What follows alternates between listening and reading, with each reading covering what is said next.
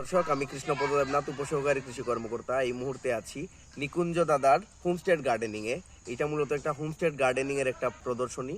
আমরা বর্তমানে আছি, এই যে দেখতে পাচ্ছি লাইনে মরিচ গাছ লাগানো হয়েছে। একটু আগে দেখাও তো, একটু একটু সামনে আসো। এই যে মরিচ গাছ সে একটা সমস্যা দেখা দিচ্ছে। এই গাছে বেশি সমস্যাটা দেখা যাচ্ছে। এই গাছে একটু আসো তো। এই যে দেখা যাচ্ছে যে মরিচ গাছের পাতা কুকড়ে যাচ্ছে এবং আমরা দেখতে পাচ্ছি যে পাতা উল্টো নৌকার মতো হয়েছে, ঠিক না দাদা? উল্টো নৌকার মতো হয়ে গেছে এবং এটা পাতা কুকড়ে যাচ্ছে। তো দাদা আমাকে কল করে বলছিল যে এটা কি সমস্যা, আপনারা একটু আসেন। তো আমি আসছি এখানে ওনাকে পরামর্শ দিতে। তো এই যে আমরা যদি দেখি, এই যে উল্টো নৌকা, এই উল্টো নৌকার পাতা যেটা হয়, যখন কুকড়ে যায়, পাতা যখন এইভাবে কুকড়ে যায়, তখন এটা বুঝতে হবে যে এটা মাকড়ের আক্রমণ হইলে এটা সমস্যা হয়। আমরা কিন্তু মাকড় একটু আগে দেখছি। হ্যাঁ, আমরা মরিচে এই যে মাকড়ের আক্রমণ হয়েছে এটা আমরা দেখছি।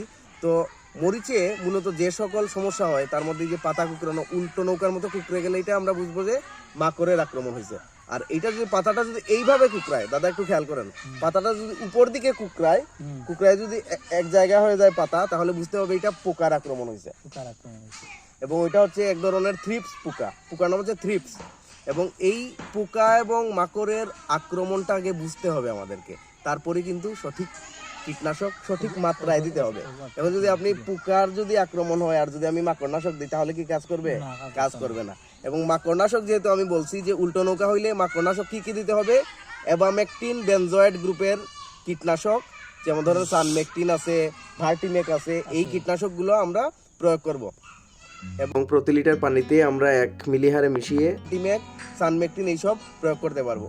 এবং যদি আমাদের থ্রিপস পোকার আক্রমণ হয়, যদি পাতাটা এইভাবে যদি কুকড়ায় যায়, উপর দিয়ে কুকড়ায় যায়, তাহলে আমরা এসিটামিপ্রিড গ্রুপের কীটনাশক, যেগুলো হচ্ছে নাইজ আছে, প্লাটিনাম আছে, এইসব কীটনাশক আমরা প্রয়োগ করব। প্রতি লিটার পানিতে আমরা 1 গ্রাম হারে মিশিয়ে প্রয়োগ করব, তাহলেই কিন্তু আমাদের এই সমস্যার সমাধান হয়ে যাবে।